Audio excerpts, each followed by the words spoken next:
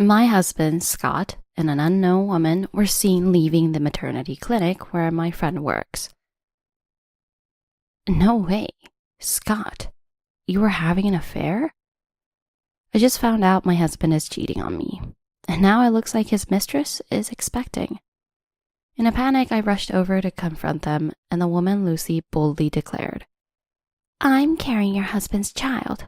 Please, divorce him quickly." She didn't care at all, not even when I was right there, his wife, asking for a divorce, only thinking about herself. I was dumbfounded by Lucy's audacity. There seemed to be no point in being married to Scott any longer. Fed up with everything, I just gave in and said, "Fine, if that's what Scott wants, let's do it." They looked at each other, grabbed hands, and started celebrating. "So, we don't have to hide our trip anymore, yay!"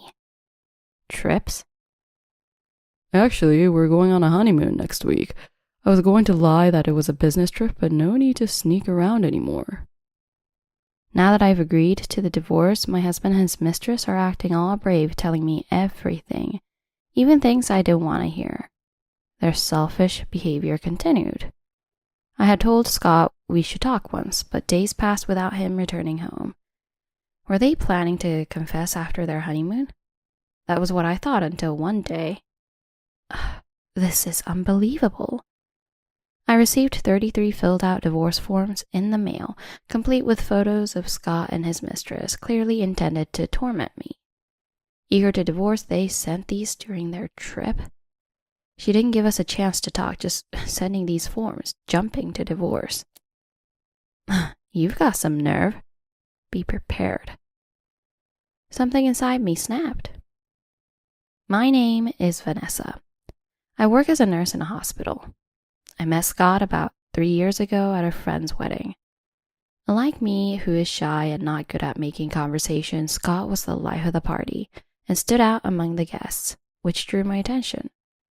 As the reception ended, everyone moved to the venue for the after party. It was an open seating arrangement, and I sat at a corner island seat with my high school classmate, Mia. Soon, Scott took the seat next to mine. "I hope it's okay I sat next to you," he said, feeling overwhelmed by his forwardness. I was in full introvert mode. Still, Scott kept talking to me. "Do you have a boyfriend?" "No." "Where do you work?" "Well..." "Oh, and how old are you? The same age as me?" He bombarded me with questions. Overwhelmed by Scott, one of his friends teased him. "Dude, you're grilling her too much because you're interested, huh? She looks shocked." Realizing I was uncomfortable, Scott blushed deeply and apologized. "I'm really sorry. I didn't mean to scare you. Just, I was being curious." "Hey, he's been saying you're cute since the wedding. He's a good guy, so why don't you give him your number?" Encouraged by Scott's friend, I agreed to exchange my number since I had no boyfriend or someone I was interested in at the time. "I'll definitely call you," Scott promised happily, showing off his charming dimples. The next day, true to his word, Scott invited me out for a meal. When we first met, he seemed like a goofy party animal, but when I hung out with him, he stammered shyly. "So, got any favorite foods?" Scott is just too cute with his shyness and dimples. So we went on several dates and eventually started dating. After about 6 months, Scott proposed, and we quickly decided to get married. Moving in together raised a concern for me. So, about the expenses for the wedding and moving in together, I found it difficult to say, so I avoided being direct and told him while fidgeting a bit. Given my job as a nurse, I earn a decent salary, which is generally considered above average. Scott had a job at a manufacturer's office, making less money each month than me and getting smaller bonuses. I wondered if it bothered him that his wife earned more, but Scott casually suggested, "Why not split it 50-50? Right now I earn less and honestly don't have much saved, but I'll work hard not to be outdone by you, Vanessa." My worries seemed unnecessary. I was surprised by how positive Scott was. But another concern lingered. I have night shifts, with my regular hours. Could you help with the housework? Due to my work as a nurse, my working hours are quite irregular. Honestly, there are many aspects of household chores that we need to share in order to manage them. So having someone who would share these chores properly was very important to me. Housework? That's something we should do together. If you're good with easy meals, I can cook, and I'm happy to help with cleaning and laundry as well. Let's support each other. It seems this was also an unnecessary worry, just like the conversation about salaries. Scott had lived on his own before, so he was quite capable and didn't see household chores as a burden. Me and Scott got married smoothly after my worries disappeared. Both our friends and our parents celebrated our new life together, and we started our married life smoothly. Once we began living together, Scott kept his promise and actively participated in household chores.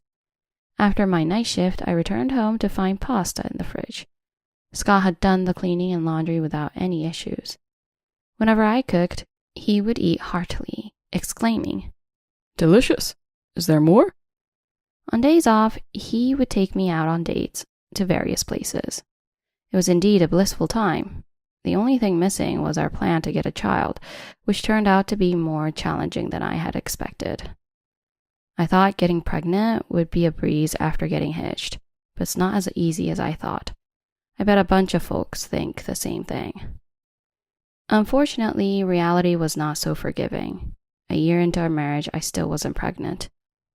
I was 28 at the time and had hoped to have a couple of children before turning 30, a desire I had already discussed with Scott. However, Scott seemed in no rush and casually suggested, "Let's not hurry." I guess you can't really force yourself to get pregnant. It's been bothering me how we haven't been as affectionate with each other since we got married. After all, without that, getting pregnant is impossible. At first, we slept together in the same room, but due to my job, I would often return home late at night, occasionally waking Scott. He suggested, "I wake up at the smallest noise, so maybe we should sleep separately?" And now it's making it harder to get pregnant. I'm starting to feel down about us not being able to have a baby, but despite that, our relationship wasn't so terrible, and I enjoyed being with Scott, so I tried not to dwell on it too much. But 2 years into our marriage, our happiness began to crumble. Will you be home late again today? Yeah, I have a company party tonight. I see.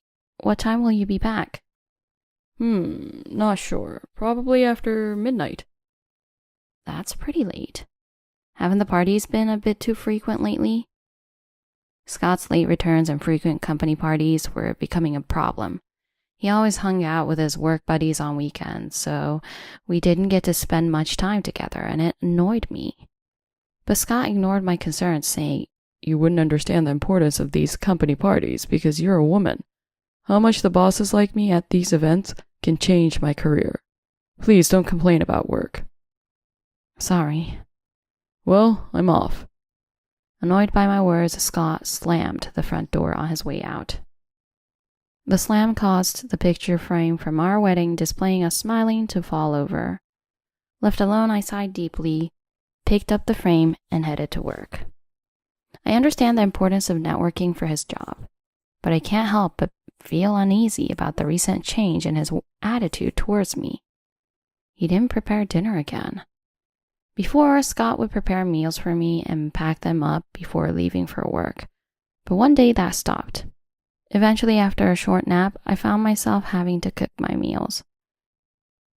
Hey, why haven't you done the laundry? Despite the laundry basket being completely full, it has been left untouched, so I had to remind Scott.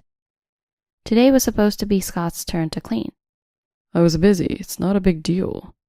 It is a big deal. Where am I supposed to put today's clothes if the basket is already full? Jeez, you're so annoying. If you're going to complain, just do it all yourself. Scott lounged on the sofa, ignoring me as he played with his phone. I ended up doing the laundry myself, increasing my household burden. We had agreed to share the housework before marriage, but that agreement had collapsed along with Scott's change. He was often out late due to overtime or company parties, and on weekends he went out alone. He had become harsher even when he's talking to me. How did we end up here? A dreadful thought crossed my mind. Is he cheating on me?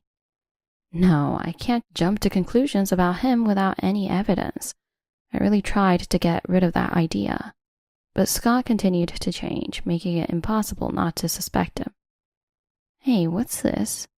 I found a colored lip product on his suit, typically worn to work.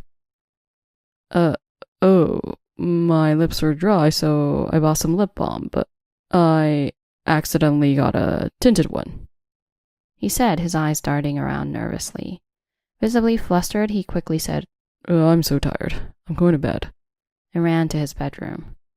It was obviously suspicious, but if he claimed it was a mistake, that was that. I couldn't press him any further, so I decided to let it go at that moment. But on another day, a substantial amount of money had been transferred from our joint account to Scott's personal account. Scott, why is money from our joint account being transferred to your account? I overspent this month, but it's no big deal. It is a big deal. Don't use the money without my permission. We need to save for the future. Are you seriously giving me another lecture again? Sorry. I'll be more careful. He said that and retreated to his bedroom again. But the following months showed continuous, unauthorized withdrawals. Scott, did you take money from our account again? I told you to stop, right? It doesn't matter. We don't have kids anyway. I almost raised my voice to say, we don't have kids because you're not trying, right? But I held back. That's not the issue. I don't understand why you need to spend $1,000 to $2,000 a month just because we don't have kids. What are you spending it on? Why do I have to explain how I spend my money to you? My husband argued back angrily. Even when we argue like this, he never puts down his smartphone. Whether he's going to the bathroom or just around the house, he always has it with him. It's like he's married to his phone, not me. Can you at least put down your phone now? Look at me when you talk. I couldn't help but let my emotions spill over. Enough. You're so annoying. Just let me be. With that, he retreated to his room while still looking at his phone. He tells me to let him be, but he's doing whatever he wants. Where has the husband I loved gone? I can't even remember the last time I saw him smile with those dimples I loved. At home, he's always irritable. The traces of his kindness have vanished. What did I even like about him? I'm beginning to realize that my feelings for Scott are fading. I find myself questioning whether I should divorce him. One day, my nursing school friend Mia asked, "Want to catch up over a meal? It's been a while." "Yes, I'd love to. It's been so long. Where should we meet? Your place or mine?" "Actually, let's meet near my workplace this time. I'm sorry, but could you come over here? And let's meet around 3 p.m. Mia, like me, is a nurse, but she works in OBGYN, so she suggested meeting at a cafe near her clinic. It was unusual for us not to meet at one of our homes and just hang out, especially not at lunch or dinner time, but at 3 p.m. I found it odd, but since I was looking forward to seeing Mia, I didn't think much of it until the day of our meeting. When I arrived at the cafe, Mia was there, looking down more than usual. "Is something wrong?" I asked, sensing the unusual atmosphere. Mia paused, then spoke heavily. "Just watch outside the window without asking me anything." Through the window, I could clearly see Mia's workplace. I began to understand what she meant, and we sat in silence, staring outside. That's when it happened. As we looked, I spotted my husband at the clinic with a pregnant woman I didn't know.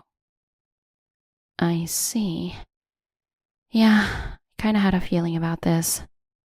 Tears welled up, and my grip on my coffee cup tightened. "Mia, it's a nice day, isn't it? It's really warm and the temperature is perfect." As I spoke, tears started rolling down my cheeks. "Vanessa." Mia held my hand. She probably didn't want to know either that her friend's husband was having an affair. Mia had been at the wedding where Scott and I met. She was right there when he approached me, so she knew his face and name. Now it all made sense why she called me. My husband wasn't just visiting any woman at the maternity clinic. He was there with another woman. I'm going to leave now. I can't just give out patient information because I'm your friend. I'm sorry this is all I could do. You should talk to Scott. Thank you, Mia. I'll talk to him. And call me if you need anything, okay? I'm always on your side. Now wipe your tears before you go. Saying this, Mia wiped my tears with her handkerchief. She had always been like an older sister to me since our student days. I thanked her again and waited outside the maternity clinic for the two to emerge. When they came out, I hurried over to them. Congratulations on the pregnancy, Scott. You two really look great together, I said with a forced smile. They were shocked and gave each other a quick look. Scott? Is this your wife?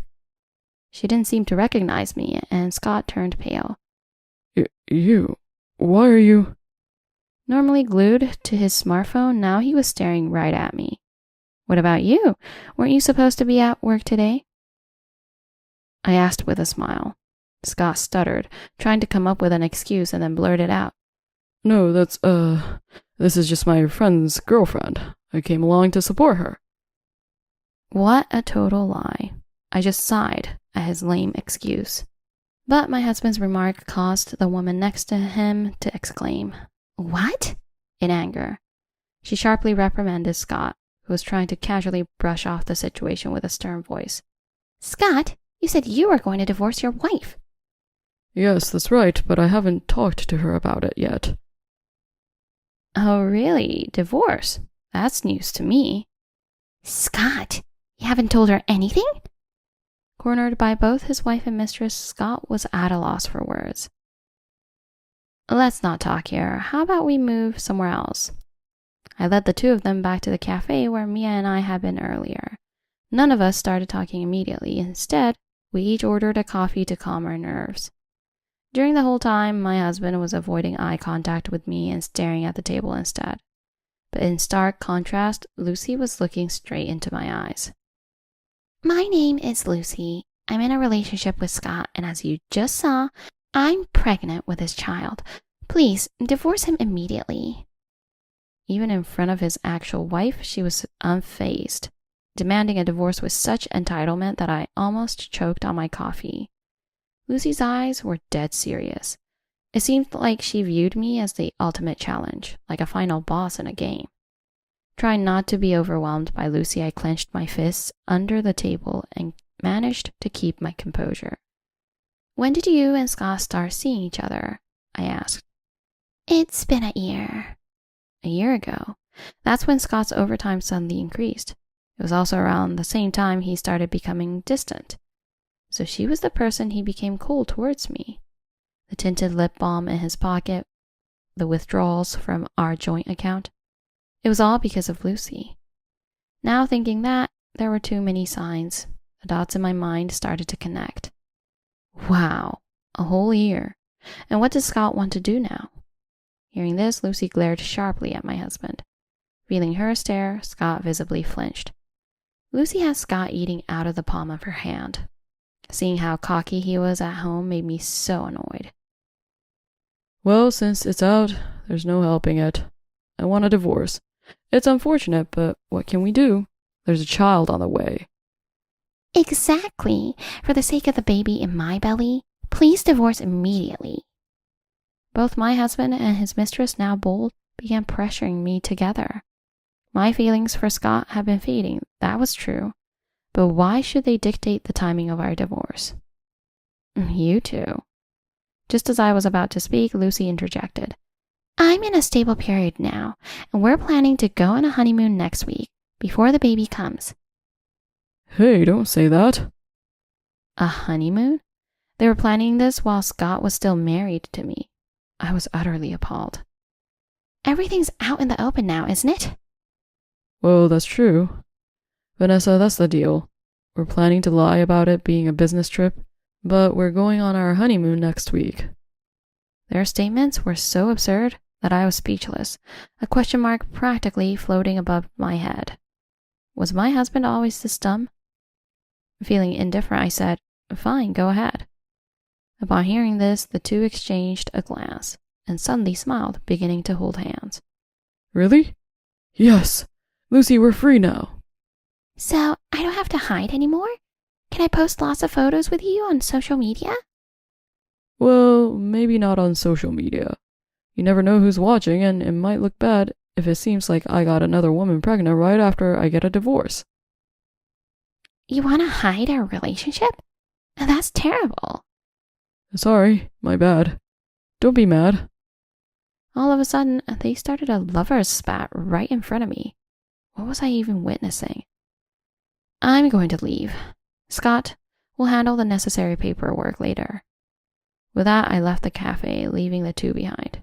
I thought to myself, Lucy really seems like a handful. Thinking this almost as if it were someone else's problem, I went home. I had become completely indifferent to everything. That night, my husband did not return home. Not just that night, but a week passed without him coming back home. He said he wanted a divorce, but without him coming home, we couldn't even discuss it. As I stared at the calendar, I remembered that they were supposed to be on their trip since yesterday. I thought to myself, they planned to talk about the divorce after returning from their trip, I guess. However, that day, a thick envelope arrived at home. The sender was Scott Brown, my husband's name. Opening it, I was baffled. Inside were dozens of divorce papers. Why are there so many? Counting them, there were exactly 33 divorce papers. Moreover, 15 of them had photos of my husband and his mistress enjoying themselves attached. And on another 17, there were phrases like, "Divorce Scott quickly," or "I've included plenty to avoid any mistakes," and "For our child's sake, hurry up and leave," presumably written by Lucy. Other papers stated, "That house of yours is for me and my child now." That house meant for my husband, his mistress, and their child? I couldn't understand how they thought this was acceptable. I was furious at her audacity, and she even sent this during their honeymoon. She didn't even give us time to talk, just sending these papers trying to force a divorce. Nice try. Get ready for what's coming. I felt something snap inside me. It was unclear if my husband knew about this, but since he signed them, I guess that means he was okay with me filing them. I immediately submitted the divorce papers. Later, perhaps back from their trip, my now ex-husband called. Hey, what the hell is this? He was frantic as soon as I picked up the phone. I had a pretty good idea why he was panicking, but played dumb. What happened? What happened? When I returned from the trip and finally came home after a long time, our house was being demolished. What's going on? Explain this to me. Actually, on the day I filed for divorce, when they returned from the trip, I wanted to teach my ex-husband and Lucy a lesson. I remembered that woman claiming she would take the house. To really show them, taking the house seemed like the most effective measure. So I spoke to my mother-in-law saying, "I have something to discuss with you. I have been consulting with my in-laws about my husband's misconduct. Although my relationship with my husband was not good, I had a good relationship with my in-laws and thought they could help me." When I explained the situation, my in-laws were furious and asked me to send all my husband's belongings to their home. I can't believe he got his mistress pregnant. A stupid son like him should be taught a painful lesson, they said, promising to help in any way they could. I immediately sent all my ex-husband's belongings to his parents' house. I left it to my in-laws to handle from there. I also moved all my belongings and completed the procedures to demolish the house entirely. By the time my ex-husband returned, the demolition had already begun. In about a week it will be completely cleared. What? Lucy said she was getting the house, so I demolished it. There's no way I could let that woman and her child live there with you. Don't be ridiculous. How could you do something so dumb? That house and the land it's on are owned by my dad. You had no right to do anything to it. Yes, I know that. That's why I consulted with your dad. He also said that a stupid son who cheats and impregnates his mistress should have his house demolished. Did you talk to my parents about this? Yes, I told them everything. That you cheated and that she's pregnant.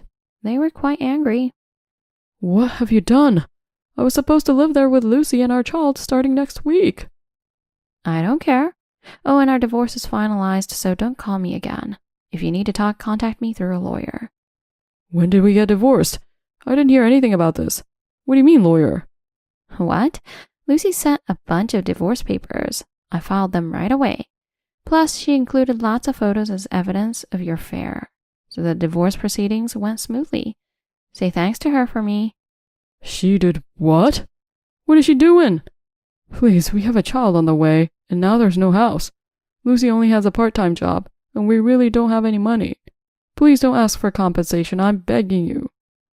I told you I don't know anything about that. I'll be claiming a substantial amount in compensation from both you and Lucy, so be prepared. Bye now. I said this and hung up without waiting for a reply. By now, my ex-husband must be looking miserable. It's a shame I couldn't see his face directly, but he must have realized how terrible his actions were. After that, my ex-husband kept calling, but I ignored all his calls. Eventually, he had to pay me $25,000 in compensation. Considering my ex-husband's inability to save, it seemed unlikely he could easily pay such a large sum, but I made sure he would pay through a lawyer. He probably hoped to rely on his parents, but they had said, "No matter what, we will not help a stupid son who cheated on his wife." So he couldn't expect any help from them. He got what he deserved. As for Lucy, I managed to get $10,000 in damages from her for sending me those divorce papers and photos and for having an affair knowing Scott was married. I thought they would try to make a new start, but it didn't work out between them. After all, Lucy had posted photos of their trip together on social media while Scott was still technically married to me, and their affair became widely known. When the rumor spread, it caused a big stir at my ex-husband's workplace. I told you not to post on social media. My ex-husband had scolded Lucy, but she exploded in anger because of that. Eventually, they broke up after a pointless argument. What a stupid ending to their relationship, but how they live is no longer my concern. As for me, I'm still working as a nurse. Being single after the divorce, I somehow feel more at peace than when I was married. My job is demanding, but it's rewarding when patients express their gratitude. After everything was settled, I contacted Mia, who had been a great help, to tell her, the divorce is finalized. It's all over. You did well, she said, crying. Having such a kind and supportive friend is truly wonderful. Mia and I have promised to go on a girls' trip together. Although I'm wary of romance for now, I hope to meet a kind and caring man who will treasure me someday.